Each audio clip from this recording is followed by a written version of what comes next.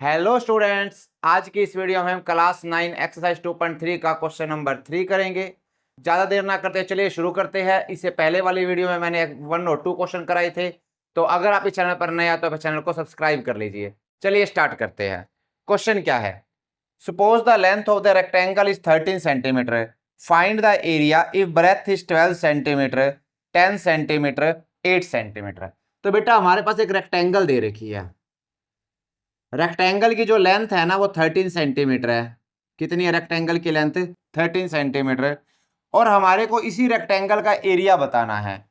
और ब्रेथ हमारे को क्या क्या दे रखी है? पहले पार्ट में तो ब्रेथ दे रखी है 12 सेंटीमीटर, दूसरे पार्ट में ब्रेथ कितनी दे रखी है? 10 सेंटीमीटर, और तीसरे पार्ट में ब्रेथ कितनी दे रखी है बेटा हमारे पास? 8 सेंटीमीटर।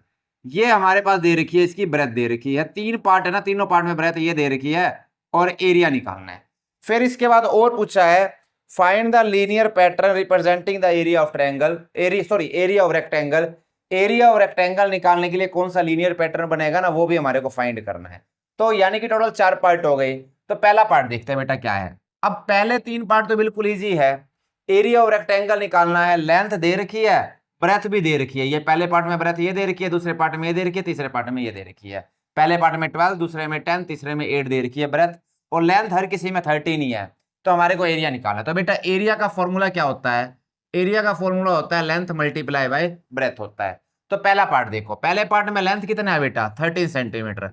लेंथ है 13 सेंटीमीटर, और ब्रेथ कितनी है? ब्रेथ है हमारे पास 12 सेंटीमीटर। पहले पार्ट की बात कर रहा हूं, 13 और 12। तो एरिया क्या हो जाएगा? एरिया हो जाएगा लेंथ मल्टीप्लाई बाय ब्रेथ। तो लेंथ 13 है, ब्रेथ 12 है, तो 13 मल्टीप्लाई बाय 12। 13 को 12 से मल्टीप्लाई करोगे तो कितना आ जाएगा? 156 सेंटीमीटर स्क्वायर। ये इसका पहला पार्ट हो गया।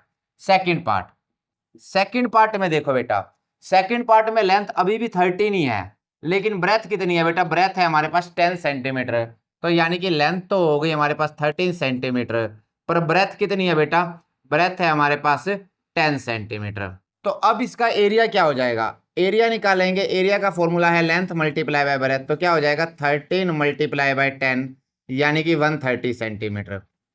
इसी तरीके से थर्ड पार्ट करेंगे। थर्ड पार्ट में लेंथ 13 है और ब्रेथ हमारे पास 8 है। तो लेंथ है 13 सेंटीमीटर और ब्रेथ है हमारे पास 8 सेंटीमीटर। तो आप खुद सोच सकते हो बेटा एरिया क्या हो जाएगा। एरिया ऑफ रेक्टेंगल होता है लेंथ मल्टीप्लाई बाय ब्रेथ, यानी कि 13 मल्टीप्लाई बाय 8। 13 को 8 से मल्टीप्लाई करोगे तो कितना हो जाएगा? 13 8 जा 104 सेंटीमीटर स्क्वायर। और यहाँ एरिया निकाला तो यहाँ भी सेंटीमीटर स्क्वायर आएगा। ठीक है ना? तो ये एरिया की यूनिट क्या होती है? Centimetre square. अब इसका देखते हैं बेटा फोर्थ पार्ट। फोर्थ पार्ट में हमारे को बताना है कि लीनियर एक्सप्रेशन क्या होगा। क्या है? Find the linear pattern representing the area of rectangle. तो एरिया ऑफ रेक्टेंगल निकालने के लिए लीनियर पैटर्न क्या होगा? लीनियर पैटर्न बताना है। तो लेंथ तो हमारे को 13 रखनी है। तो ब्रेथ बेटा अगर हमारे को लीनियर पैटर्न बताना है ना, तो हमारे को एक वेरिएबल चाहिए। और यहां पर कौन सी चीज वेरी कर रही है? देखो लेंथ तो कांस्टेंट है, 13 रखी गई है। तो ब्रेथ है वो हमारे पास वेरी कर रही है, तो ब्रेथ को मान लेते हैं बी, मान लेते हैं ब्रेथ को। ठीक है ना?